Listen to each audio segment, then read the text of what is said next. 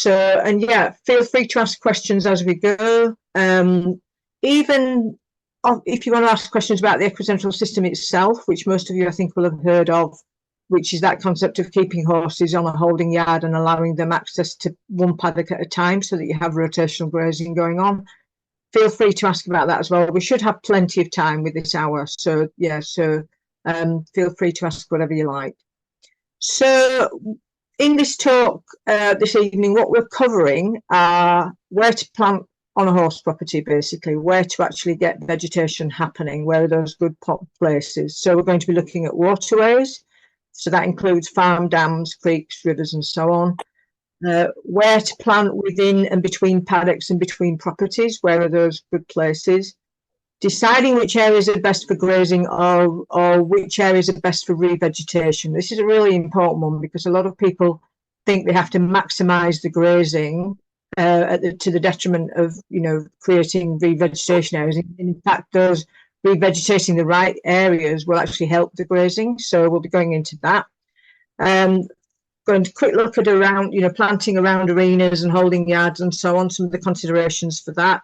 And then any other areas on the property, like should you plant up the side of the driveway, for instance, if you have one, that type of thing, pros and cons for that. So I'm just going to really quickly recap a few of the points that Greg made in his talk the other day.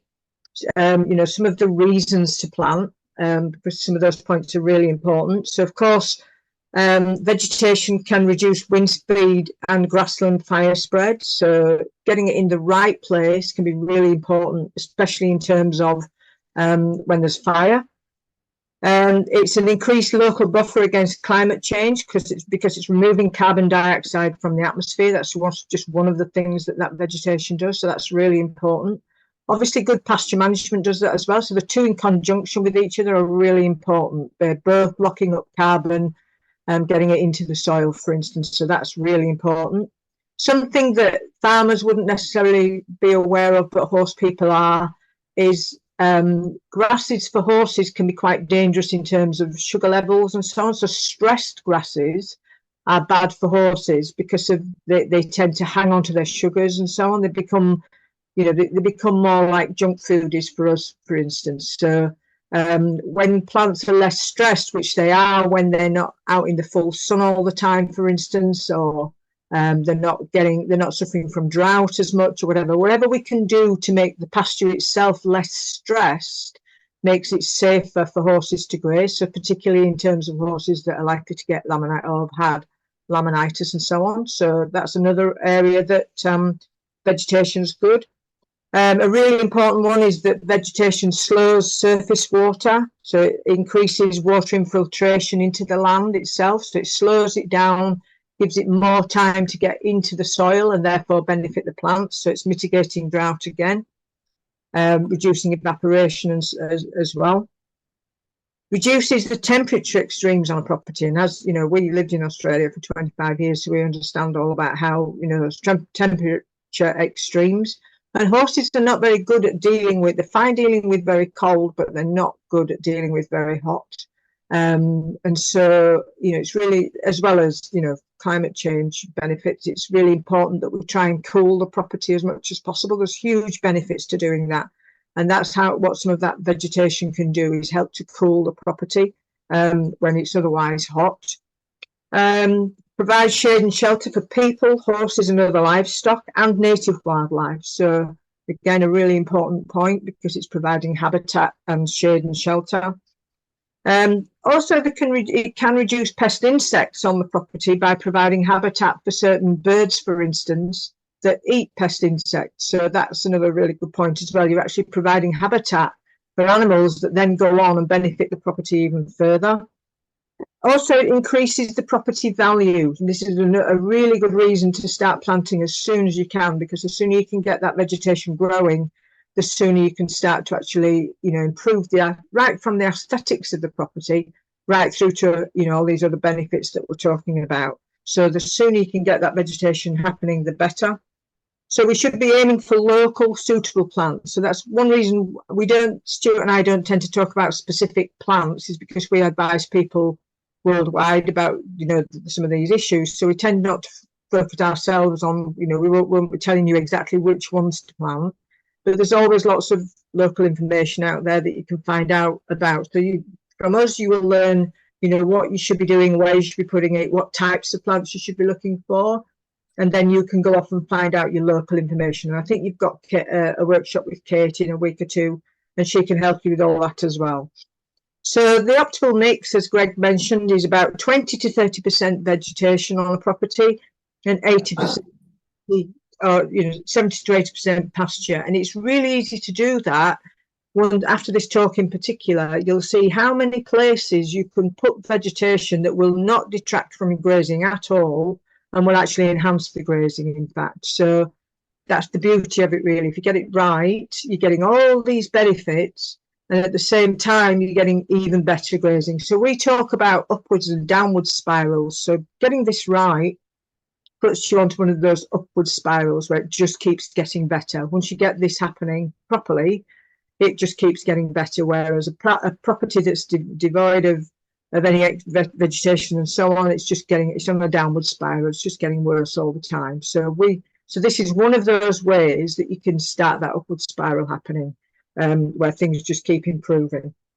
So I'll start with waterways, about looking at waterways on a horse property. So most in Australia, even if a property doesn't have a creek running through it or on the side of a river, it usually has farm dams and so on. So this applies whether, whatever it is, whatever kind of waterway it is.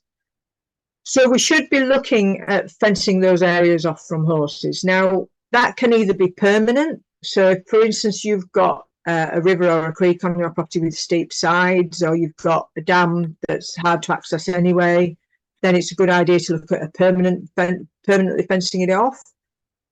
If you have, on the other hand, a dam that's in a certain position on the property that you might want to look at fencing it, but then just allowing controlled grazing every so often, because a certain amount of grazing is good, and actually helps. So I'm not saying that just because you fence it off, that means that area then can never be used again, because a certain amount of grazing might benefit that area depending on what you have in there once you've got the plants established and so on. So that's up to you whether you make it permanent or not.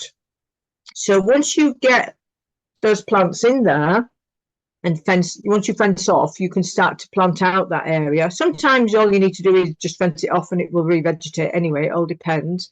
But once you get that happening, you've got better filtration of nutrients. So any water that runs across the landscape, if you've then got vegetation on the edge of that waterway, what happens then is it stops any of those nutrients before they get into the waterway.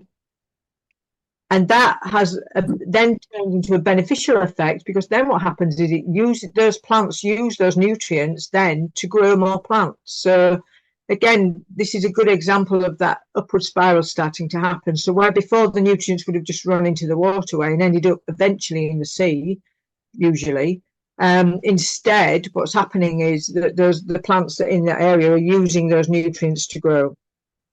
So, plants slow down the speed of water. So fast water erodes the banks of creeks and rivers and so on. Whereas when there's vegetation in there and it's fenced off, then it slows that water down. It's all about slowing water down on your property.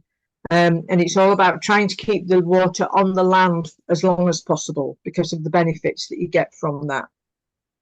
When a dam is fenced off, when a farm dam is fenced off and vegetation is planted around it, then you'll get less silt into the water. So that's really good as well. That means that in the future, it won't need dredging out in the future. You'll have clearer water longer or permanently, and it won't actually need to be cleaned out, because the vegetation is doing the job of keeping that water clean. So vegetation holds the soil together. It prevents hoof damage around the edge if you do ever allow the animals in there. And the more vegetation that's in there, the more that soil is protected. Bare soil has zero protection from hooves. And remember that in Australia, we're not meant to have large, hard-hooved animals. So the soil, not good. I mean, soil generally, bare soil is never good at coping with hoof pressure, even here in the UK. We should never have bare soil. But the more fragile that soil is, then the worse it is. Also, when we have clearer water, then the aquatic animals are not disturbed. So anything that lives in there has cleaner, better quality water, they can get on and do what they need to do in the water, and so on. We've got less evaporation, so the more vegetation that's in that area, the less evaporation there is. The longer that water will last, and into a drought situation, that water then will still be clear, cool, and clean into, you know, well into the drought, hopefully all the way through it. It may end up drying out, it might not, it depends how deep it is in the first place, and so on. And that's where you should get professional advice as well about when you're putting if you're putting a dam in, about the depth of it and so on, because it's very important that it's deep enough to actually see you through the drought. But when that water is protected by vegetation, then that water will be in much better condition throughout the drought when you need it most. And those plants themselves provide habitat for wildlife, and some of those reciprocate by controlling pest insects, by actually eating pest insects. So this is one way that you can actually naturally control pests on your land, is by providing habitat for them. And as I said earlier, you know, it's up to you whether you permanently fence them or not. So think about that when you're fencing the area. So initially, we always say, you know, initially, even if you just start with an electric fence, anything is better than nothing, just to get that area started. And in most cases, wherever you fence on your property, besides the perimeter property, because it's not legal and safe, electric fencing is a really good way to start.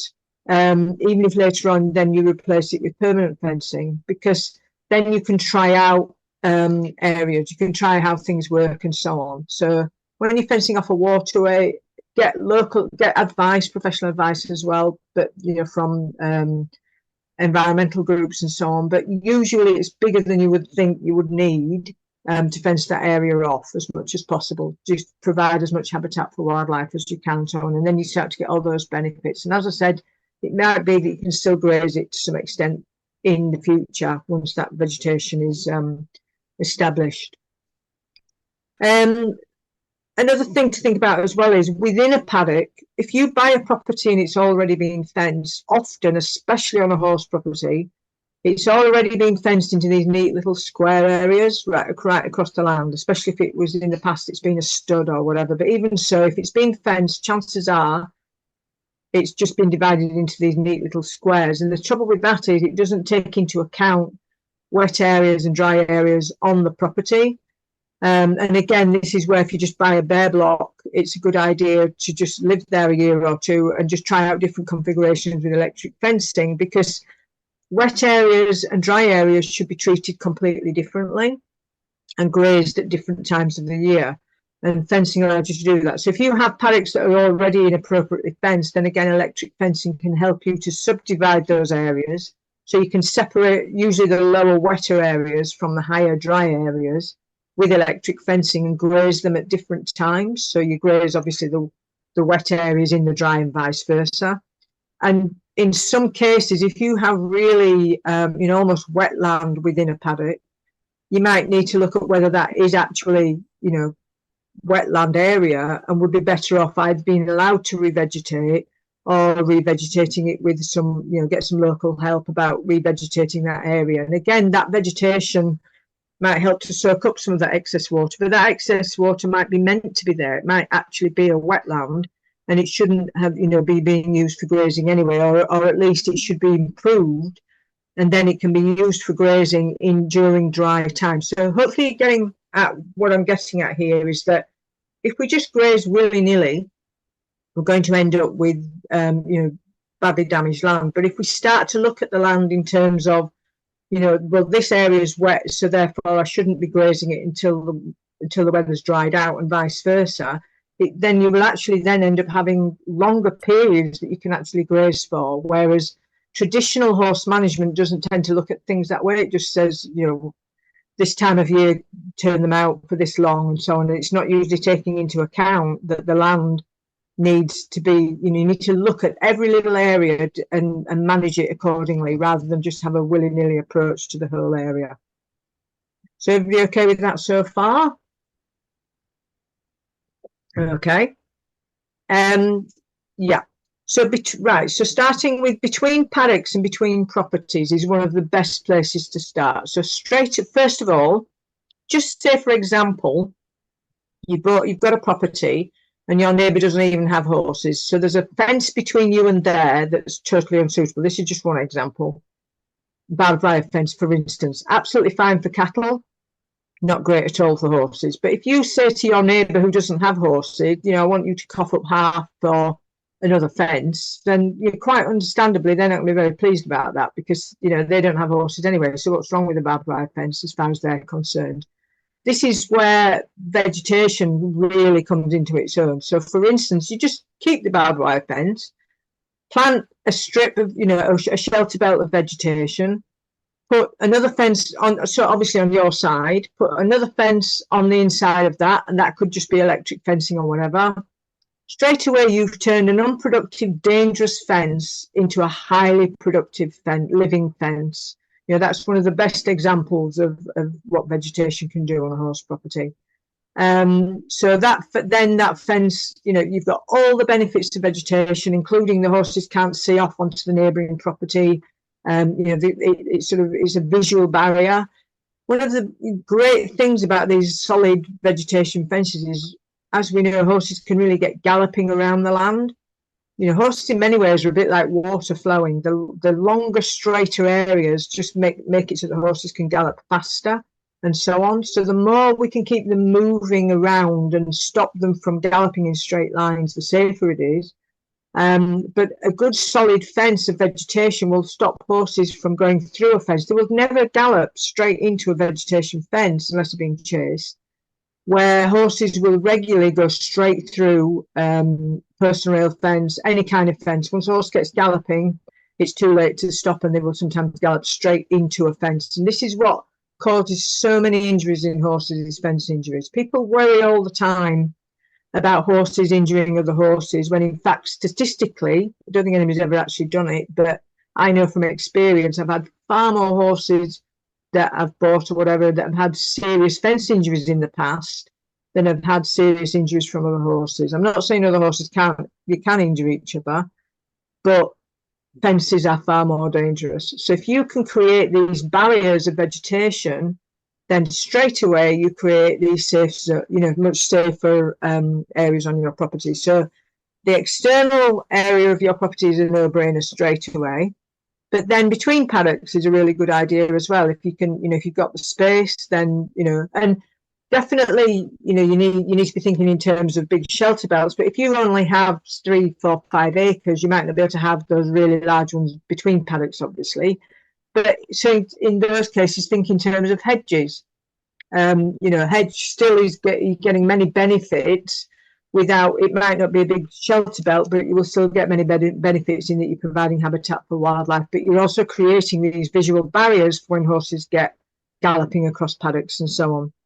So yeah, so that's a really easy way to go, and again, will generally cost less than putting in the traditional kind of fencing that most books on horse management will tell you to put in. Personal rail fencing, you know, it's got a short shelf life, really expensive, and it's not safe. You know, people think it's the safest fence, and it might be in some ways, but it's not really. I've seen horses go straight through personal rail fences at a gallop, and it's not nice. So hedges are far safer. So hedges also eliminate horses from interacting over fences. Again, something you should always be aiming to do. People might think, oh, that's nice if they can talk to each other over the fence. Really, horses should be in together in herds. You don't ever want horses interacting over the top of a fence. That's when it's really dangerous. So always try your best to keep horses in groups, in herds, rather than separate horses, and you'll have a lot more safety on the property. So whenever possible, plan to put hedges in rather than re-fence with new fencing. So you're looking at hedges, shelter belts and so on, and electric fencing to just keep the horses away from them, especially until they get established. And think about fodder trees. I'm not going to go into any specifics, but in Victoria you have a few more options than in other parts of Australia. So fodder tree are trees that are edible to horses, safely edible. So there are some that are native in Australia that you can actually look into. There are some that are not native. So again, you need to be careful, get the right advice on those. Like, so for instance, lucerne trees in Victoria, they could be regarded as invasive in some areas. So have a look at what they're classed as in your area. But there's other plants as well. There's other you know, there are some native ones that you can look into. If you do an internet search, you should be able to come up with something. So you could have those on the edge of a planting so that horses can just interact with them over the electric fence, but you know, they don't need to get right in there to access them. So another really good one is, and another real no-brainer, is the corners of paddocks. So this is so simple to do. So just again, say you've got a square paddock. Every single square paddock you have, and anything with a corner, anywhere there's a corner, there should be an electric tape across it as a minimum, and something planted in the corner, because that corner will not grow anything productive anyway in terms of pasture. You know, you're never going to grow pasture right into a corner anyway, because horses tend to stand in corners. They drop a lot of manure in corners, which makes it difficult when you're spreading manure, for instance. So if you fence that corner off, immediately you make it easier to manage, because then if you are spreading manure with a machine, with a rider mower or your car, we used to just use a 4-wheel drive and a harrow on the back. Spreading manure that way with the corner fenced off is easy, but if you don't have it fenced off, you've got to get off and actually kick the manure around in that corner. So it's just a total waste of space in terms of pasture management. But all you need to do is put an electric fence over there, plant some trees in the corner, and if you imagine if you've got 4 corners meeting and they all do that, then you've got this incredible area with all the benefits of vegetation, which, as I said before, you're not detracting from your grazing, because it wouldn't grow anything anyway, particularly. And this area then becomes, you know, you're getting all those benefits from growing vegetation in that area. And another really good point is that when horses get galloping, they don't get trapped in corners, because even when they're playing, horses can actually run into a corner before they realise it. They shouldn't have, and then they're trapped there by the other horses or whatever. So fencing across the corner just keeps them moving. As I was saying earlier, they're a bit like water when you get moving horses. You need to make them flow rather than allow all these bits that they can get trapped in, because horses, as we know, are far more active and therefore far more dangerous to themselves than cattle or sheep. I mean, you get these issues with cattle and sheep, whereas with horses, even into old age, you can get galloping and can get injured once they get moving. So the more we can keep them moving round rather than getting trapped in places, the better. So that fence across the corner prevents them from just standing in the corner, staring off into the distance, dropping manure and so on. And really, really easy to do. So that again, that's another no-brainer.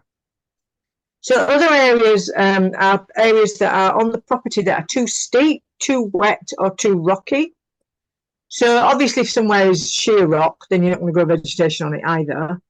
You might need to look at mulching the area, and it might be that you can get some vegetation growing on there. You might be able to throw some hay, some round bales on there and get lots of manure and so on. You might be able to actually build up some soil on there enough to actually get some kind of vegetation growing. It depends how rocky it is. But I'm talking about if you've got an area that's just loose rock or whatever, it's always going to be difficult to manage in terms of pasture. So again, it's no brainer, just fence it off and put vegetation in there. And again, on the areas, if you are looking at fodder trees, that would be on the edges, sorry, that's where you would look at putting anything that's edible, if that's what you want to do. And there's another reason why you don't, well, there are a few reasons why you don't want horses grazing steep land. So steep land is a really good area, good example of where to grow vegetation, because horses don't do well on steep land. Well, one, they don't do well for themselves, and 2, they also create a lot of damage. So I'll go quickly into both of those things. Horses are not good. Horses' joints, the joints in their legs, are not good at dealing with steep land. So they're fine running up a hill or down a hill, absolutely no problem at all. It does them good for fitness and so on. But grazing on a hillside is actually really uncomfortable for horses because of their fetlock joints. They're not designed to stand on the side. So you'll notice whenever horses loaf, whenever they get to the end of a grazing period and they go, right, now it's time to go and have a bit of a snooze, they never, ever, by choice, stand on sloping ground. They always take themselves, preferably to the highest part of the land, because that's what they do in nature. They stand somewhere high and dry where they can see the lions coming or whatever. It's cooler up there or whatever. Or if they can't do that, they'll take themselves to the low flat areas, but they will never voluntarily loaf on a hillside, and that's, you know, because it's not comfortable for them. But also from the land's point of view, a hillside, when horses are grazing in it, they are constantly pushing the soil downhill. They're a hard hoofed, very heavy animal, and so that soil is constantly getting pushed downhill all the time. So again, this is another reason why. Sorry, I've just got. I haven't worked out how to turn the notifications off.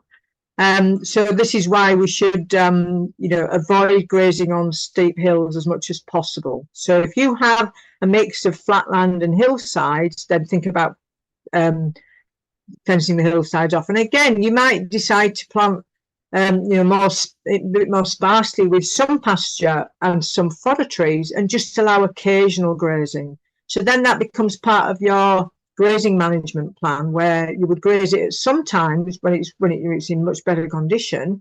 You might graze it some of the time, but not allow them to have access to it willy-nilly along with the flatter areas of the paddock, because it needs to be treated differently to the flat areas. So wet areas within a paddock, just coming back to that, plants will help to soak up water. So again, getting the right kind of plants in an area, and again on a hillside, you know, they often hold water because the land might be very compacted or whatever. So again, if you get the right plants in there, they'll help to actually soak some of that water up. Also, planting on hillsides can be really good to act as swales, to actually divert water and move it in a different direction. So for instance, you know, after planning, you might find that you actually want to shift the water in a different direction altogether, and planting on a hillside can help to do that as the litter builds up. And also you can use, you know, things on the floor as well, branches and so on. You can actually start to channel water in the direction you want it to go, because even just slowing it down and moving it across the hillside rather than letting it come straight down the hill will slow that water and help it to spend longer soaking in and so on. So you'll get those benefits as well. To think about that, using vegetation as swales on the hillside. So another good place to look at is high up on the land. So if you have hilly land in particular, but even so, you know, whatever kind of hill you've got on your land, what's happening in nature is that soil and vegetation is always naturally making its way downhill, because rain is always washing it downhill. And in nature, the way that that's reversed is that then that trees usually grow on, you know, unless you're above the tree line, trees are up there.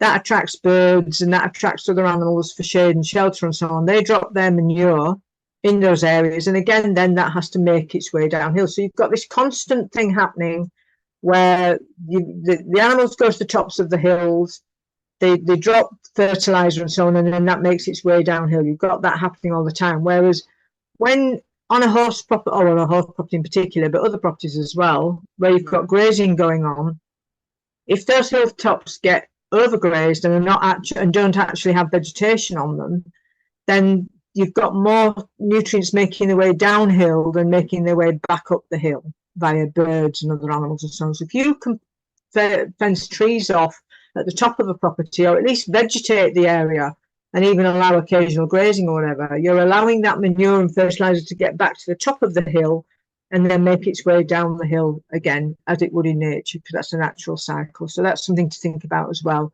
is planting on those higher areas. That helps with the fertility of soil further down, and it speeds up that reversal process, and it's attracting birds and other wildlife and so on, providing habitat for wildlife.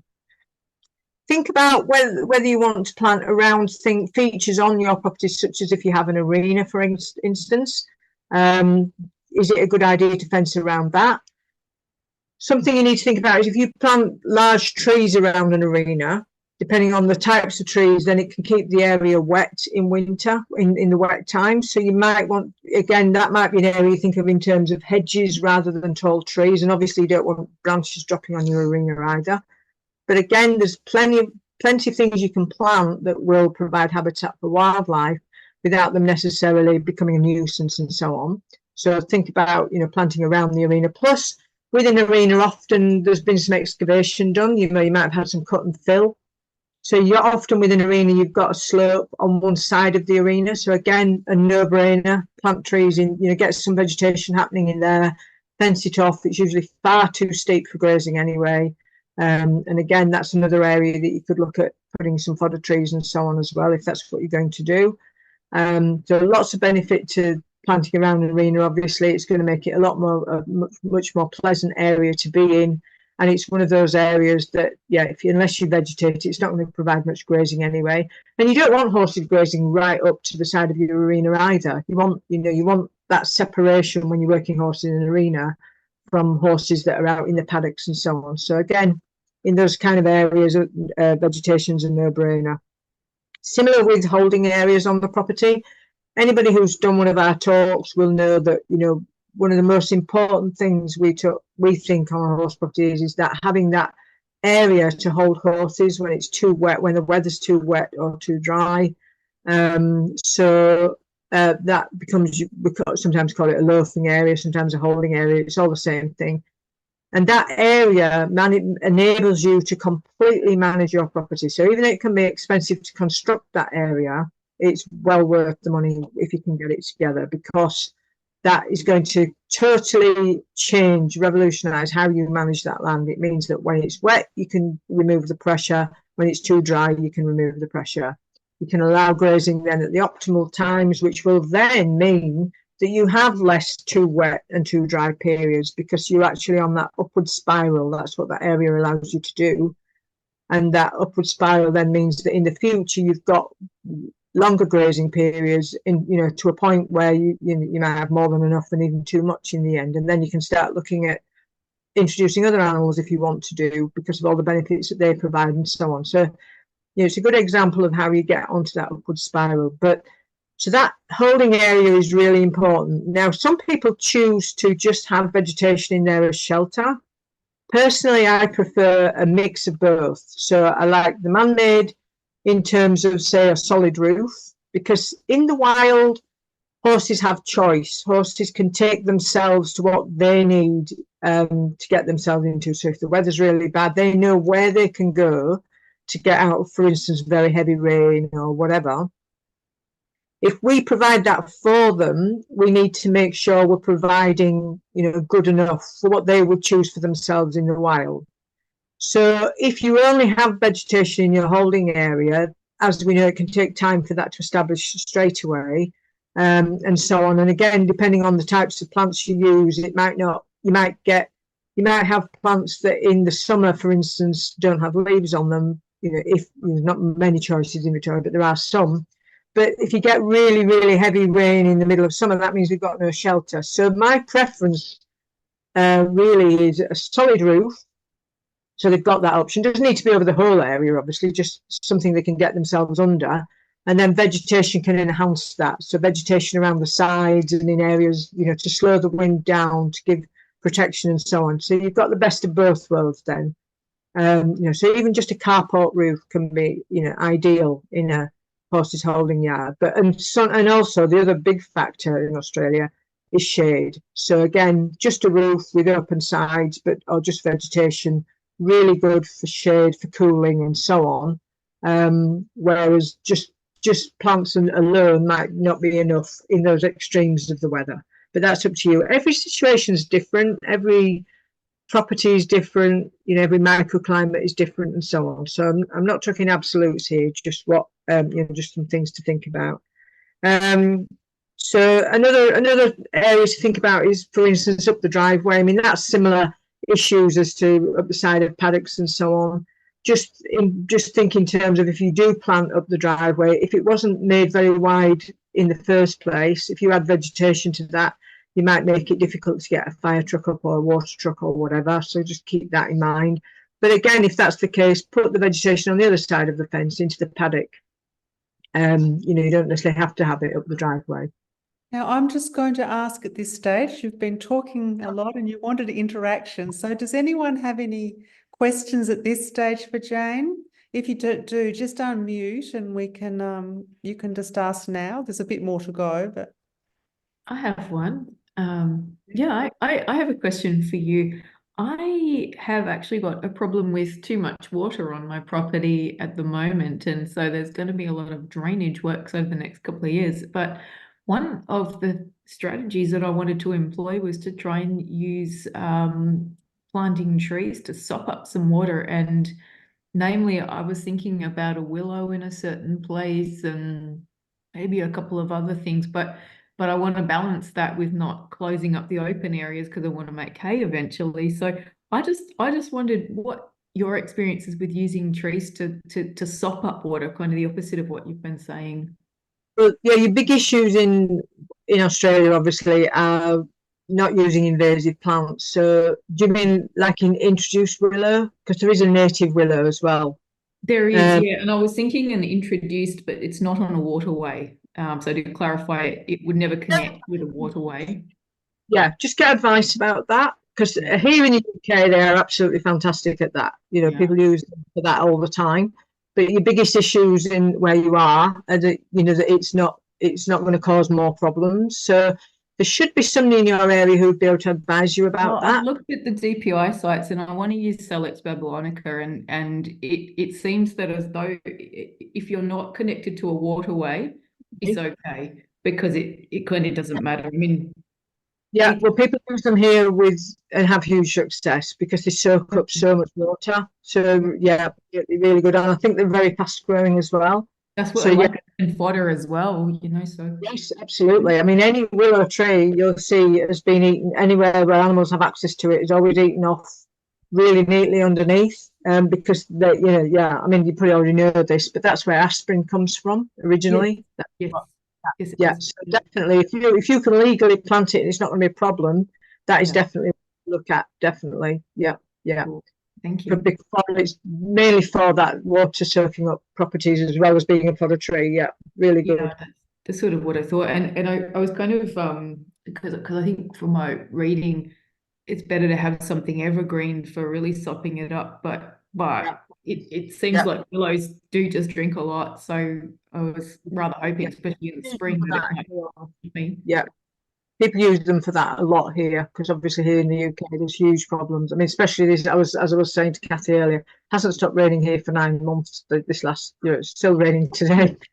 Yeah, we've hardly had any dry days, but people are, you know, thinking in terms of what they can plant to soak up some of that water, and willow is definitely a good one. Yeah. Thank you. Appreciate it. Yeah. Okay. Any other question on that one? I'm coming to the end now anyway, and then we can talk a bit more at the end. So need to think about protecting trees from horses. So either permanently or just while they're growing. As you know, you'll have all have seen what horses can do to new plantings. You know, just for fun, they'll walk along and, you know, little saplings or whatever and pull them out and chuck them over the shoulder or whatever. They'll just do that just for fun. So you must keep horses away from new plantings. But it might be that, you know, knowing what types of plants they are, it might be like willow, for instance, would be a good example. You'd protect them while they're first growing, and then when they get, and that's where electric fencing comes in, because it's not a permanent fence. So you'd use it just to protect those young plantings, and then when they're mature, might not need to anymore. And again, if you're if you're rotating your pastures, it might be that whatever trees you have in there can cope with a light grazing from, you know, a pruning by the horses once they're established. You might not need any fencing around in them, because you're not going to be keeping horses in any area 100% of the time, apart from your holding area. You're not going to be using it every day of the year from now on anyway. Your paddocks will only get grazed for part of each year. So that the same goes for any fodder trees that you've got in there. So again, it varies with every situation, but in many cases, the fencing only needs to be temporary around certain trees and so on. In other cases, it needs, you know, like between paddocks, you still need a good solid fence. You know, you can't necessarily rely on vegetation to stop a horse going through into the next paddock. You know, you're going to need some kind of fence. But again, electric can work well in that situation as well, because there's all different types of electric fencing. Make sure you protect the roots of trees from horses. So, for instance, a lot of people might have, say, woodland and allow horses permanent access into there as a shelter area. So think, it's okay for them to have some access to that area, but horses don't naturally live in woodland. They actually are an animal of the plains. They're an animal of grassland. You know, they evolved out of woodland many millions of years ago. They're not designed to live in trees all the time. that the way their eyes are set up and so on, their defences from predators and so on are set up for grasslands, not woodlands.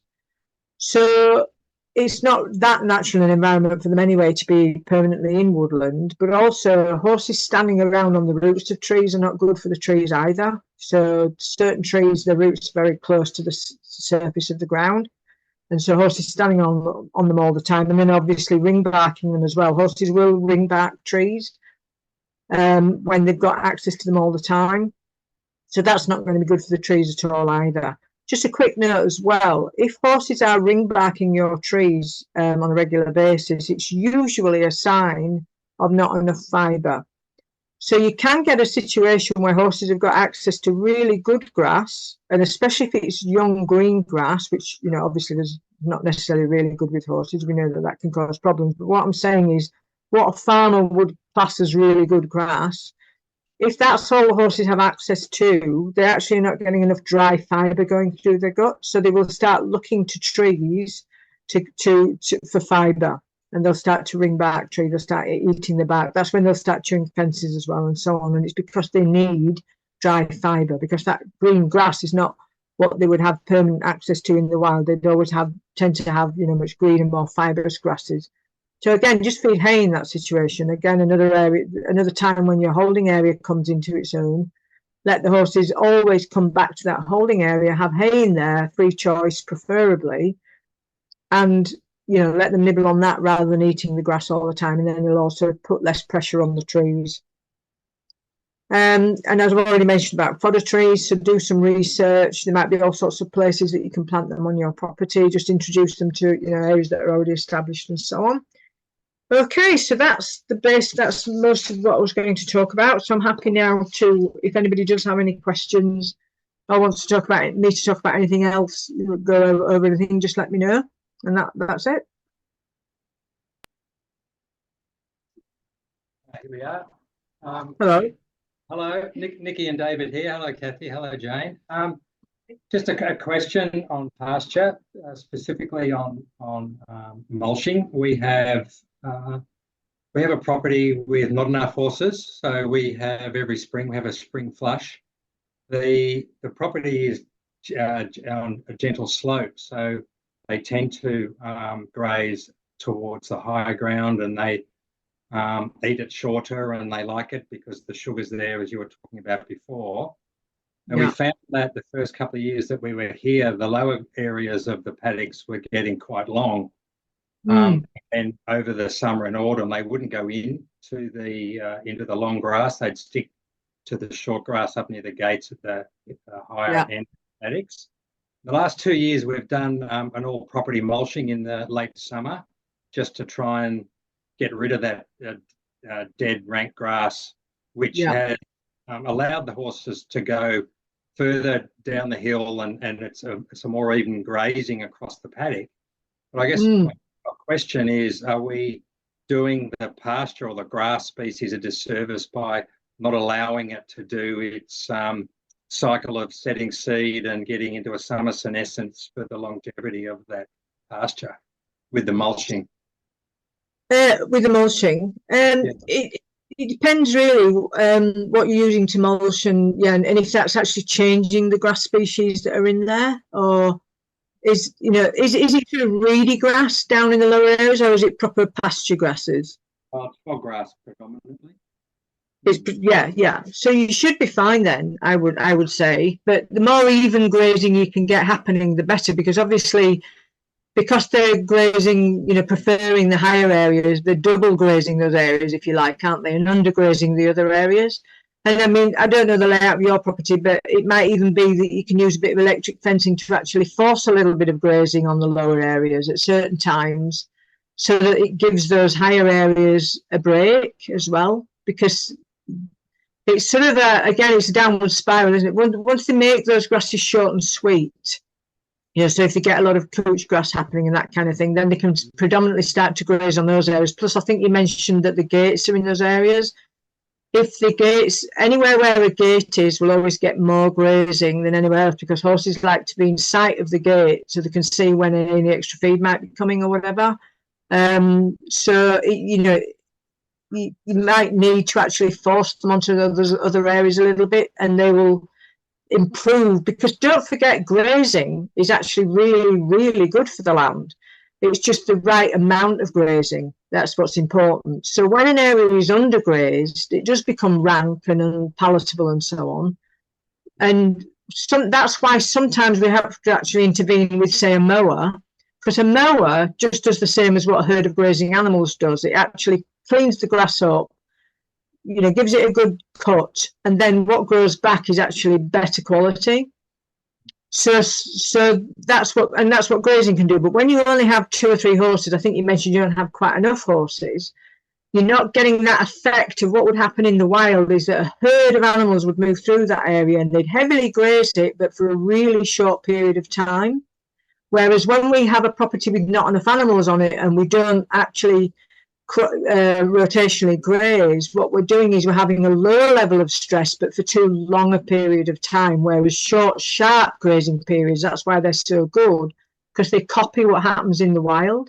So if you don't have enough animals to do that, you know, maybe think about every so often just getting somebody in there and give it a real good mow, because that's what grazing does. And grasses are never left uncut in the wild. Something always comes along and eats them. It might not be horses, it might be another species, and that's where a mower is good, because it sort of copies that what's happening in the wild. Does that make sense?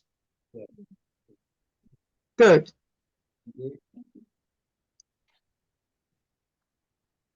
Sorry, I've lost your sound. Your sound's not on, Kathy, sorry. Thanks, David. We've got exactly the same here. There's a question from Julie. Thanks so much, Jane. Love the freeform presentation. Might you have any thoughts on suitable Victorian Indigenous vegetation for shelter belts for your hedges? Right, yeah. Otter tree. Sorry. I'm not keen on actually talking about specific plants, because we sort of advise worldwide, and so we're not really experts anyway in particular areas. I mean, we did used to live in Victoria, I must admit, but that was a long time ago. But you're better off getting advice from local experts about what to actually plant. So think about the types of plants you want, what job you want them to do, whether it's soaking up water or whether it's not growing too high or whether it is growing very high, that type of thing. And then there will be people in your area, and I think is it Kate? Yes. She might help with that as well. Kate's workshop in a week or 2, isn't it? She should be able to help. Yeah, and there's always lots of help within an area. You know, there's usually a Landcare group, and again, being horse people, what we have to do is, a lot of the information that's out there is about farming and cattle and so on, and a lot of that is totally applicable on a horse property. But we also have to know that there's certain things that are not. So, for instance, there might be plants that are fine for cattle to eat, but are not for horses. There's not many examples of that, but that's something you just have to check.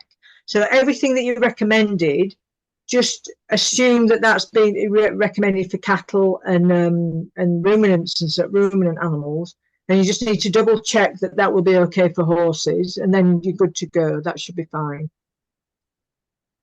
So hopefully that answers that. Okay. Yeah, and there's a question, any problems from horses from eating indigenous vegetation? But it's a similar answer, I'd say. Oh, yeah, you just need to do your research on it. And again, there's not a lot done on horses because, because it's the trouble with horses is they fall between the cracks of agriculture and so on. So there's, so you do have to do your research. But usually, if you Google something, you can usually find, even if it's just anecdotal, that somebody might say that it's not a good idea to plant this because it's not good for horses or whatever. There's not many things that are poisonous to horses, but you do need to double check. Saying that, there's a really good book which was produced in Victoria, Plants Poisonous to Horses, that everybody should have, and you can get that for free. You can actually download the whole book for free. So go, and I can't remember the name of the author, but it was done by RIRDC, Rural Industries Research and Development Corporation, about 10-15 years ago, but it's a fantastic book, and it talks about indigenous and introduced species of plants and so on. It's absolutely brilliant. So everybody make sure you download that because it's free. Plants Poisonous to Horses, it's called. I can send the link we reviewed it in our newsletter for our Landcare, so I'm pretty sure we're talking about the same book. So I'll send Kathy the link that she can send. Yes, it will be. There's only one book on that, I think, and it's really good because it talks about everything from garden plants through to all sorts of other things. It's fantastic. Yeah, there isn't even anything like that here in the UK. It's a brilliant book. Okay, any more questions? No, but I'm inspired to go and plant along fence lines. So thank you for Was that. that useful? Has it given you a few new ideas? Yes. Good. Any more questions? Well, thank you so much for the talk. It's inspiring and it's just good to listen. Is there any questions? Jane's mentioned that she was happy to talk about just any other aspects of Equicentral. If anyone's got a specific, we won't take too much of her time, but if there's anybody burning to ask a question that's a little bit unrelated, that I think that'll be fine for a couple of minutes. Yeah. That's good. You must all have got it. That's good. Good. Well, everyone's obviously got the books and Stuart's covered everything in a few talks. So good. Great. Thank you so much. We really appreciate it. And it'll be a lovely resource for us to have for people to look up onto our site. So thanks again. Wonderful. We look forward to seeing you again sometime soon. And thanks everyone for coming out tonight. Thank you very much. Thanks for organising, Kathy. Thanks. Okay. Goodbye. Everyone. Thank you. Thank you. Thanks. Bye. Thanks, Jane. Bye. Bye.